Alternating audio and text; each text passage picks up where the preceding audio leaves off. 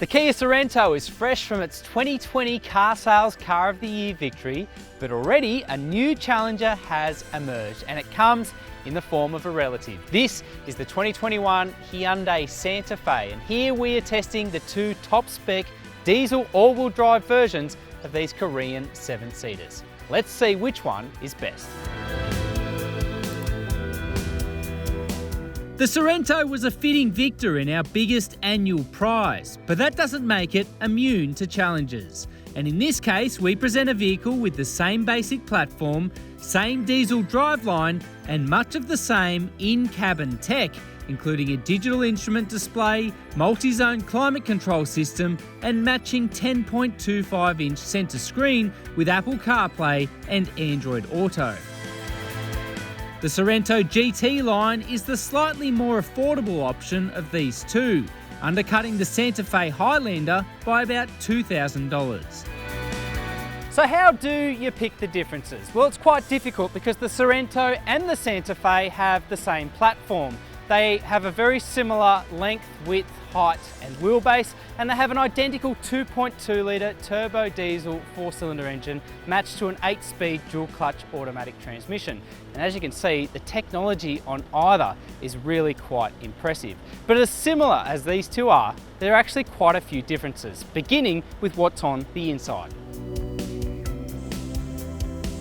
Now you could argue that the Kia Sorento is the shinier, more tech-savvy of these two. There's lots of nice piano black finishes, more USB points, 5 in the Hyundai, 8 in the Kia, a superior 12-speaker stereo, and more of a design focus from the metallic highlights, the more cohesive centre fascia, even down to the styling of the air vents, which look really cool. Now, like the Hyundai, you can adjust the positioning of the passenger seat from the driver's seat, and you're also able to talk to the rearmost passengers via the speakers.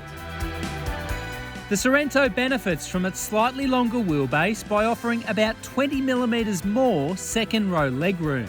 The installation of secondary cup holders in each rear door is another bonus for little ones, and it also boasts a slightly larger walk-through space into the third row. Oddly though, the Sorento's 60-40 rear seat split is on the wrong side for Aussie roads. Another gripe affecting both these vehicles is their curtain airbags don't fully cover the third row. Things are a bit different over in the Santa Fe's corner. Hyundai has employed a new bridge design centre console that forgoes some of the incidental storage found in the Kia, but liberates a huge space underneath for odds and ends. There's also a huge vertical wireless phone charger that keeps your phone out of harm's way. For me, the dashboard isn't quite as well integrated as the Sorento's. Instead of having hardwired buttons around the screen, they're a little bit further down in the centre fascia, meaning you kind of have to lift your eyes up and down on the move. The Santa Fe seats feel slightly more supportive than the Kia's flatter pews, and its suede headliner in Highlander trim is also a fitting finish. We reckon the Santa Fe's gear selector buttons aren't as user-friendly as the Sorento's rotary dial. In safety terms, the Santa Fe does without the centre airbags fitted to the Sorento, while its 5-star safety rating is awarded under less stringent 2018 guidelines, while the Kia's 5-star score follows 2020 protocols. It's a little bit easier splitting these two in terms of third row space. The Kia offers slightly more real estate with either the third row stowed or in place, and it also trumps the Hyundai with the installation of child anchorage points on those 6th and 7th pews. Now, both these vehicles are probably best described as occasional 7-seaters, even though they do offer rear air vents, USB access and full-size spare wheels underneath. Doing duty in both vehicles is a 2.2 litre turbo diesel 4-cylinder engine that shuffles drive to all 4 wheels via an 8-speed dual clutch automatic transmission. The Sorento and Santa Fe share a claimed fuel consumption average of 6.1 litres per 100 Ks, which we went close to achieving on test. While the Santa Fe offers a heavier official brake towing capacity, but with the same 200 kilogram down ball rating. Despite all the similarities underneath, there are some telling differences between these two in ride and handling. The Sorento benefits from its own Australian tune, while the 2021 Santa Fe runs a global suspension tune that included some input from local engineers. Now, you'd happily argue the Sorento is more of a driver's pick in terms of on-road finish. There's a little bit more immediacy to the steering, there's more feel and feedback through the wheel as well, and you also sit a little bit lower in the cockpit, which all conspires to deliver a really satisfying and rewarding driver's experience. The 2.2 litre turbo diesel engine is smooth and silky. Admittedly, it'll hardly throw you into the back of your seat at full blast, but it works well, and it means that the cabin of the Sorento is quiet and serene at all times, with the exception of a few rattles inside our test vehicle.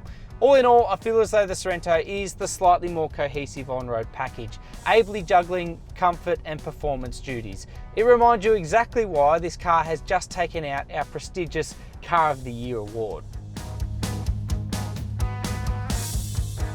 That's not to say the Santa Fe isn't impressive on the road, because it too does a remarkable job cosseting occupants from what's happening underneath, while also delivering an enjoyable driver's experience.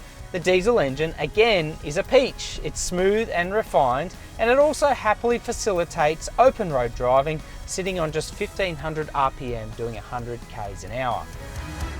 If anything, the Santa Fe simply misses out on the final layer of dynamic polish applied to the Sorento.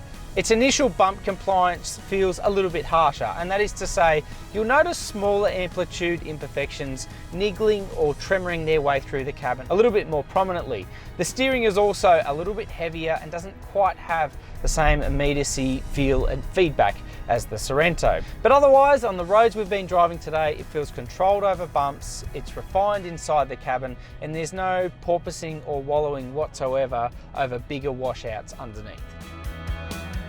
It's hardly night and day, but those small differences are enough to give the Sorento an edge. From an ownership perspective, the Kia has it by a nose as well.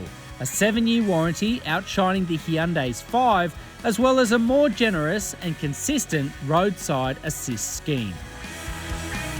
Not surprisingly, given all those similarities, it's a tight contest, but in the end, those superior after-sales provisions, driving characteristics and more practical interior are enough to hand the Kia Sorento the win, reaffirming its place as our car sales Car of the Year.